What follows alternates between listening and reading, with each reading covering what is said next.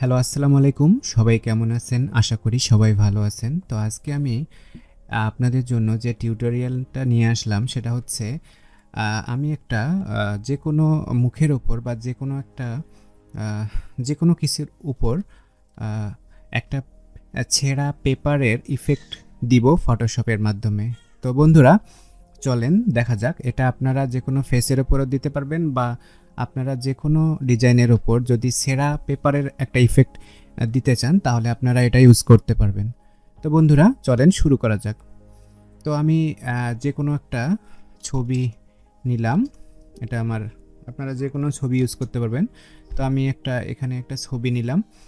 তো তারপর আপনারা এইখানে আ এইখানে দেখেন কিছু পেপারের ছেঁড়া অংশের মতো দেখা যাচ্ছে। তো আপনারা এগুলো গুগলে সার্চ করলে পেয়ে যাবেন। তো আপনারা গুগলে সার্চ করে টর্ন পেপার ইফেক্ট লিখে সার্চ দিলে আপনারা এরকম ডিজাইন পেয়ে যাবেন। তো এরকম ডিজাইন আপনারা ডাউনলোড করে ফটোশপে নিয়ে আসবেন। নিয়ে আসার পর এখানে ফটোশপ থেকে ম্যাজিক ওয়ান টুলস নামে একটি অপশন পাবেন, টুলস পাবেন, সেটা সিলেক্ট করবেন। করার পরে আপনারা এখান থেকে যে পেপারের ইফেক্টটি দিতে চাচ্ছেন, তো মনে করেন যে আপনারা এইটা দিতে চাচ্ছেন, তো এটার উপর ম্যাজিক ওয়ান টুলস সেটি সিলেক্ট করে দেবেন। তো দেওয়ার পরে দেখা যাচ্ছে এটা সিলেক্ট হয়ে গেছে। এখান থেকে আপনারা এডিট থেকে এটা কপি করে নেবেন। কপি করার পরে আপনারা এই ছবিটার উপর এই ইফেক্টটা কন্ট্রোল ভি অথবা এখান থেকে পেস্ট করবেন, তাহলে এই ছবিটার উপর এটা আসবে।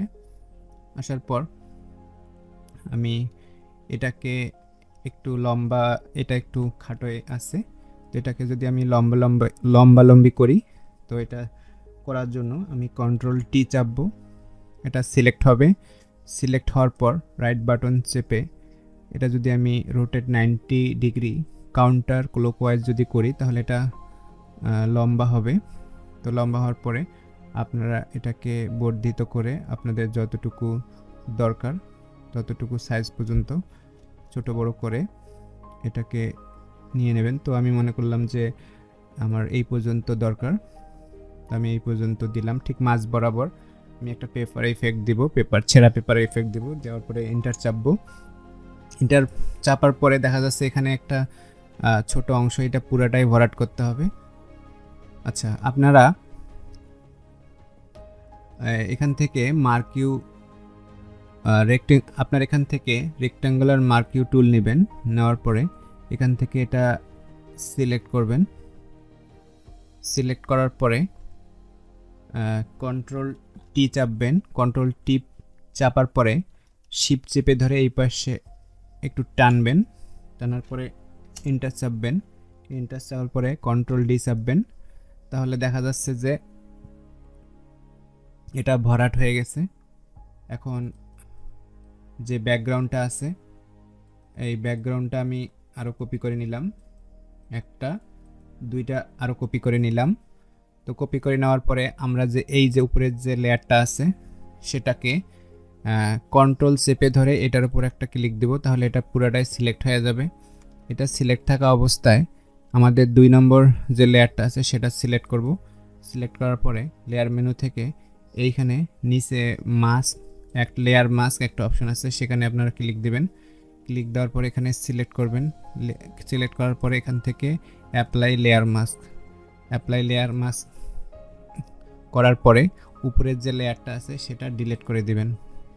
ডিলিট করে দেওয়ার পরে আমি যদি এই দুটার চোখটা বন্ধ করে দেই তাহলে দেখা যাচ্ছে যে এখানে অংশটা কেটে গেছে, অর্থাৎ পেপারের যে আকৃতিটা সেই আকৃতি ফেস কেটে গেছে। তো এখন আমি যদি দুই পাশের, আপনারা ইচ্ছা করলে এটাকেও ব্যবহার করতে পারেন, কোনো একটা ইফেক্ট যদি দরকার পড়ে যে আপনাদের এইভাবে কাটা দরকার, তো আপনারা এটা ইউজ করতে পারেন। তো এবার আমি যদি এটাকে একটু ইফেক্ট দেই, অর্থাৎ এটা ছবিটাকে একটু ইফেক্ট দেওয়ার চেষ্টা করি, তাহলে এখান থেকে রাইট বাটন চেপে ব্লেন্ডিং অপশনে যাবেন। ব্লেন্ডিং অপশনে গিয়ে এখান থেকে স্ট্রোকে ডাবল ক্লিক করবেন। ডাবল ক্লিক করার পর এখানে আমার যে এই যে বামে যে বামে যে অংশটা আছে এটাই আসলে অর্ধেক ছবি, এখানে ইফেক্টগুলো এখানে পড়বে।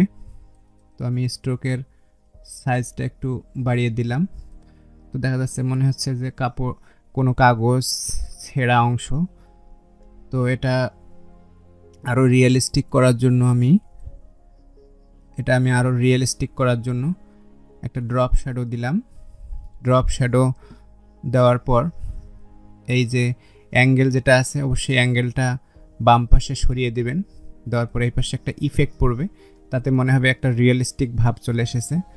তো ডিস্টেন্সটা আপনার ইচ্ছা মতো, আপনাদের যতটুকু প্রয়োজন বা যেরকম ইচ্ছা সেরকম করে নেবেন। স্পিড, তারপর সাইজ, এগুলা আপনারা একটু এদিক সেদিক করে দেখে নেবেন যেটা আপনাদের ভালো লাগে সেটা। তো এমনভাবে নেবেন যেন একটা রিয়েলিস্টিক শ্যাডো তৈরি হয়। তো আমি আমার মতো করে একটা তৈরি করে নিচ্ছি। তো সাইজটা দিলে একটু হালকা হচ্ছে, স্পিডটা আর একটু কমিয়ে দেই। ব্যাস, একবারে বেশি দেওয়া যাবে না, দিলে আবার শ্যাডোটা খুব বেশি মনে হবে। ব্যাস, এটা আপনাদের ইচ্ছা মতো। তো দেখেন এটা মনে হচ্ছে দুইটা অংশ। তো দুইটা অংশ একই কালার হওয়ার কারণে বেশ একটু ভালো বোঝা যাচ্ছে না। তো তার জন্য আপনারা কি করবেন, যে এই কালারটা যদি আমি একটু ব্ল্যাক হোয়াইট করে দেই তাহলে মনে হয় আরও একটু রিয়েলিস্টিক হবে। তো এটা করার জন্য এই যে এই লেয়ারটা সিলেক্ট থাকা অবস্থায় এখানে ব্ল্যাক অ্যান্ড হোয়াইট অপশন আছে, সেখানে যাবেন। যাওয়ার পর দেখা যাচ্ছে যে পুরা ছবিটাই ব্ল্যাক হোয়াইট হয়েছে। এখানে যে আইকনটা দেখাচ্ছে নিচে, এটা একবার ক্লিক দিবেন। ব্যাস, তো দেখা যাচ্ছে যে এই পাশের অংশটা সাদা কালো হয়ে গেছে। তো ইচ্ছা করলে আপনারা সাদা কালো এগুলা কালার টালার আরও চেঞ্জ করে বা ইচ্ছা মতো কাস্টমাইজ করতে পারবেন। তো আপনাদের যে পরিমাণ দরকার তো সেরকম নিয়ে তো আপনারা এভাবে একটা ইফেক্ট, খুব সুন্দর একটা ইফেক্ট তৈরি করতে পারেন। তো বন্ধুরা, এই ছিল আজকের ভিডিও। আমি শীঘ্রই পরবর্তী একটি ভিডিও নিয়ে আসতেছি। তো আমার এই ভিডিওটি যদি আপনাদের ভালো লাগে তাহলে অবশ্যই আমার চ্যানেলটিকে সাবস্ক্রাইব করবেন, তাহলে পরবর্তী ভিডিওর নোটিফিকেশন পেয়ে যাবেন। তো সবাই ভালো থাকবেন। আল্লাহ হাফেজ।